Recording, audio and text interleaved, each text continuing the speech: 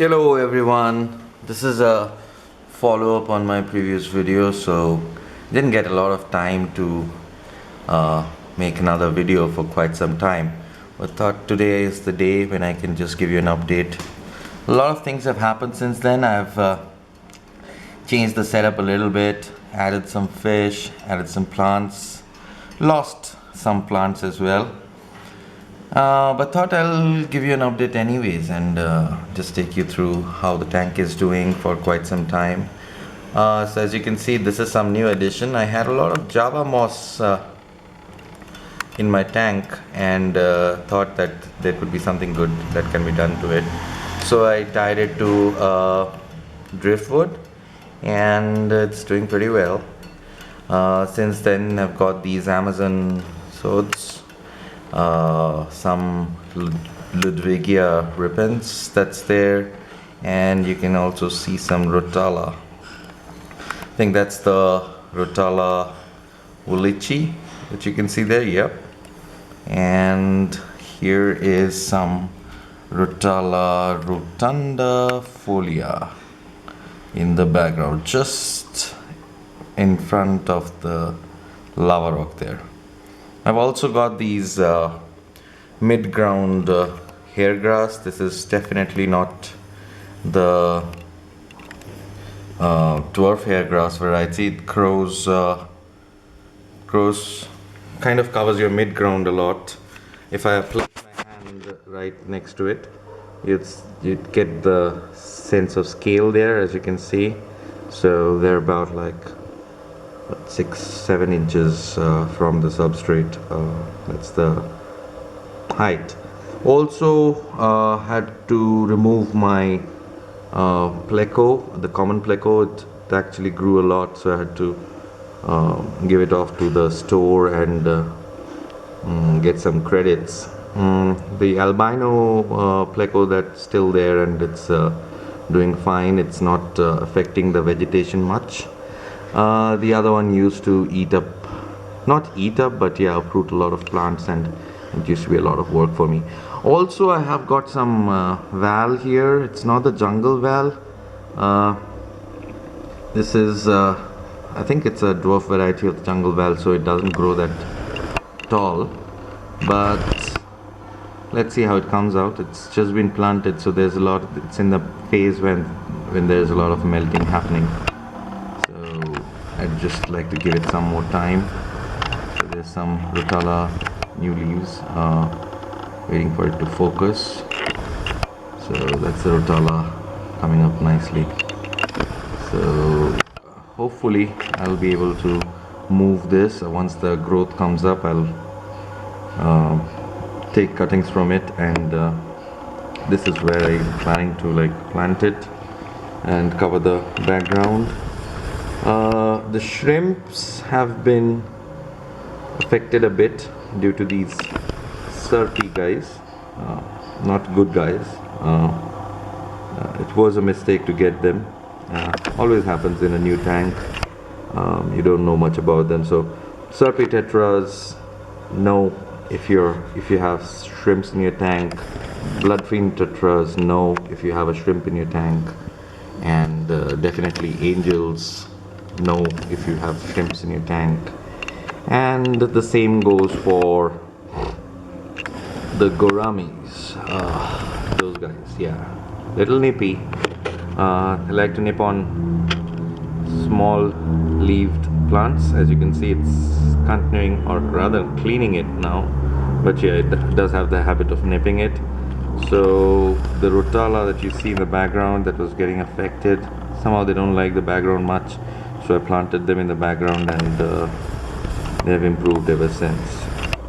There's another interesting plant that I wanted you to have a look at. That's of course the cabomba. In my last video you would have seen that the cabomba was just going crazy in my tank, but then there was a problem with the CO2 and lost a lot of them. It's just reduced to that one shoot that you see there, but I'm sure once it takes off we can propagate that much further and fill up the background. But yeah, I'm doing a lot of rearrangements in the tank. The plan is to have the grass cover the central section of the tank. Bordering the grass will be the Ludwigia, no, not the Ludwigia, sorry, the Rotala, and the Ludwigia will be given that particular corner to like grow. I'm going to remove this particular lava rock from there and let the Ludwigia spread as much as it likes on that corner and fill it in. Other things that I'm thinking of currently is to do something with these, what do you call them? Cryptocorny, carimbosa. Yeah, that's what it is. No, probably I'm wrong there. But yeah, these are called like water trumpets. Very hardy plants, very tough to kill them. You can't kill them. So if you have a plant without CO2, a low-tech one, low light, just go for them. They grow amazing, and if you keep trimming them from the sides, they will give you that nice bushy image that they're showing right now. So excuse me. So that's the plants there. The other plant that I'd shown you last time was potamogeton gayi. It's there somewhere. Let me just, yeah. So that's the potamogeton gayi. You can see there this very thin-leafed, grass-looking plant. It's not doing that great, but it's not died. Probably due to the CO2 level fluctuations, it's getting affected. Of course, I don't have a proper professional CO2 setup. I depend on these big guys to burn up the oxygen in the water and make it rich in CO2. Plus I have the CO2 DIY system that I had shown in my last video, which was the video about the $2 CO2 system. So that's there. It's not that bad, but yeah, it's not that great as well. So a lot of manual intervention required from time to time. And of course, the other thing that I wanted to tell you about was the fertilizer dosing that I'm doing. So the only professional grade supplement that I add to the tank is Flourish Excel. So that adds a bit of carbon to the water and makes the plants grow better. I'm not using Flourish nutrients yet, mostly because of the cost of it.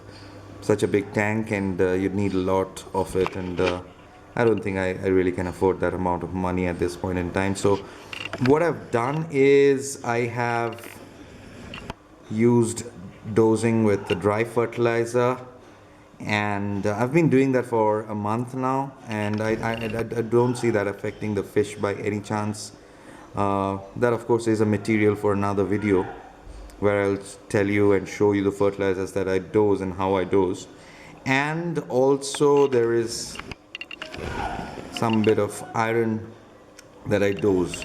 Now that I've started doing very recently, mostly after the Ludwigia ribbons came into the picture, because these are guys who need some iron to show their red coloration.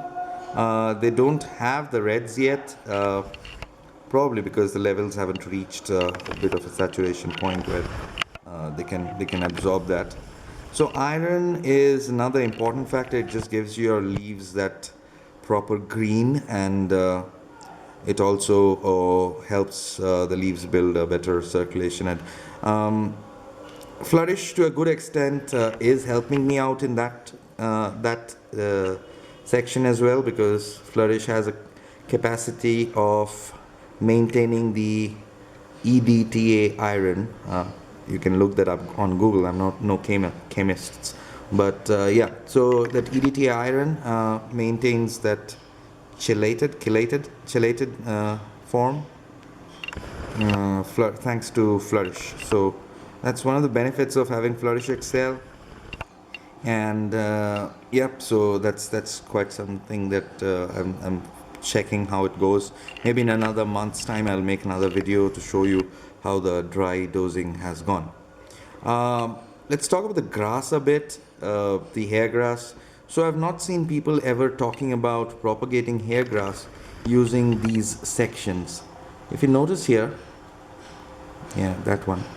So that's the section where the grass has given out a kind of a shoot and it's floating. And there's one of them where I noticed that that particular shoot is also giving out a root system from it. So see there. Can you see this root floating out of it?